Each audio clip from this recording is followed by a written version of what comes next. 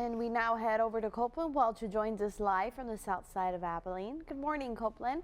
Yesterday we got to make snowmen, snow angels, but today it's looking like we can't.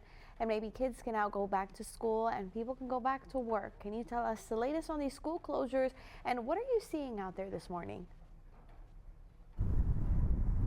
Yeah, good morning, Alejandro. So most schools across the area are expected to have a 2-hour delay this morning. And this comes as winter weather made its way through our area yesterday, bringing heavy snowfall in some places.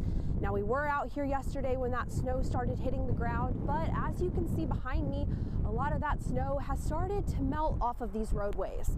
Now, we did talk to some people yesterday who were out enjoying this snow, and for some, it was their first time to ever see it.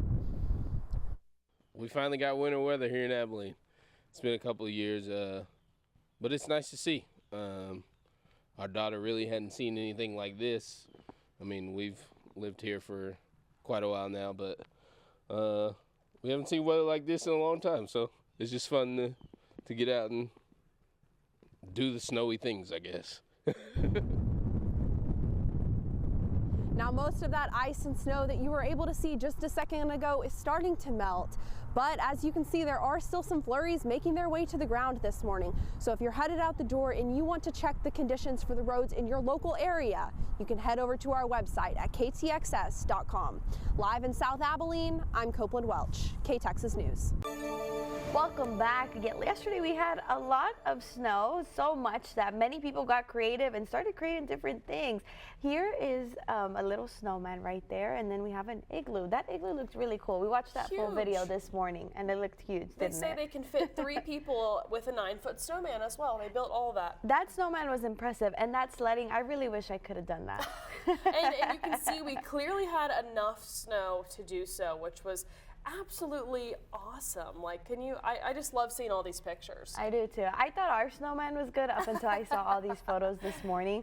They are so big and so tall. If somebody can tell us how you were even able to stack up that much snow on top of each other, we would really appreciate it for the next time. Yeah, we were struggling to even make our little snowman, and some people said our snowman looks a little scary. Yeah, and we're sorry, but we had nothing. We really had nothing to work with. It was not trying to steal your souls, I promise. Yeah, we were expecting snow, but I don't even think it was enough to really make so many, such a snowman the way that we didn't have we didn't have the products. We didn't have a carrot. We didn't have.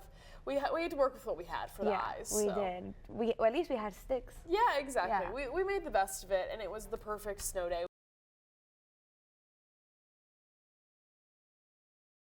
You've seen pets dressed in adorable outfits before. Now you might want to do the same after seeing these precious pups on National Dress Up Your Pet Day. Do you recognize them? Oh, I sure do. Those are all my pups. There's Walter in a hot dog costume, but in the other picture with all 3 of them, that's Jasper, the other medium-sized dog, and Dixon on the bottom, but we also call him Weenie Dog. That's mostly what he goes by. But in this picture, Walter's a weenie dog. Yeah, Walter was very popular. I remember the first time, his first go around Halloween here in Abilene, and he was pretty popular. Walter's he was the dog on the street. Boy. He is the dog on the street. He's the talk of the town. Yeah. And his 3rd birthday is tomorrow. Oh, so we want to wish him a very, very happy birthday. Yes. And many more. Right, many, many more, all the lives to come.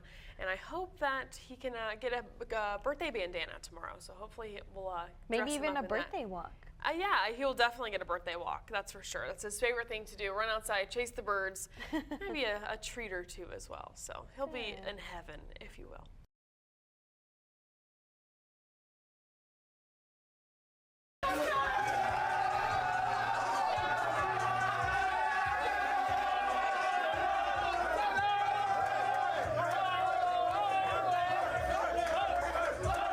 The men's basketball team took on West Texas rival Tarleton State last night at Moody Coliseum. The Wildcats started off strong, finishing the first half leading by 10. In a close second half, the Wildcats would hold on to win 67-56, picking up their first win in conference play. Keon Williams was a key factor, finishing with 11 points and 8 rebounds. However, the women would not be able to get a victory over Tarleton as the Texans dominated the entire game. The final score there was 54-79.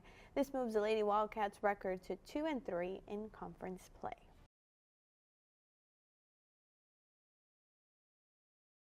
The ACU men's basketball team tips off their season next week against Big Country opponent Howard Payne. The Wildcats will face several West Texas opponents throughout the season, including Hardin-Simmons and McMurray. Coach Tanner spoke on what it means to play against teams from the Big Country. I will always play Howard Payne as long as I can, just because of the way that they work with us, and I would like to help them as well. This is a good game for them. It's a good game for their players. Just like when we go to A&M, we go to Baylor. It's good for our players. It's good for their players to come here. We're playing McMurray, we're playing Hardin-Simmons this year. To play people in the Big Country, I think is exciting. If we're going to do it, then we might as well do it with people around us and help support one another.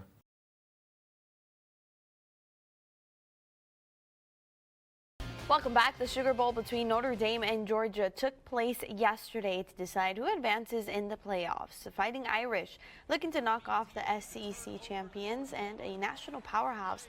Then, despite a slow start for both teams, Notre Dame started to find their groove, getting out to a 13-3 lead at halftime. Special teams would be a key to victory in this game, as a 98-yard kickoff return from Notre Dame's Jaden Harrison opened the second half, and that kick return would seal the deal as Notre Dame takes down Georgia 23-10. And we heard from their quarterback on his team's performance. That's my mindset going in every game. Like everybody else, going to put their body on the line. I'm going to do it right there with them. It was going to be a physical matchup. Our number one key to victory was to win the line of scrimmage on both sides of the ball, and that's exactly what we did. We knew if we could, establish ourselves up front, we were going to have a chance at this thing. And they're a very physical group. They brought a lot of pressure today, but I think we handled it pretty well. I was struggling in the passing game, but shoot, that opens up the run game, and we were able to utilize our abilities and execute when it mattered. And we are now down to the final four teams remaining in the college football playoffs. Penn State will take on Notre Dame in the Orange Bowl next Thursday, and Texas will face Ohio State in the Cotton Bowl next Friday.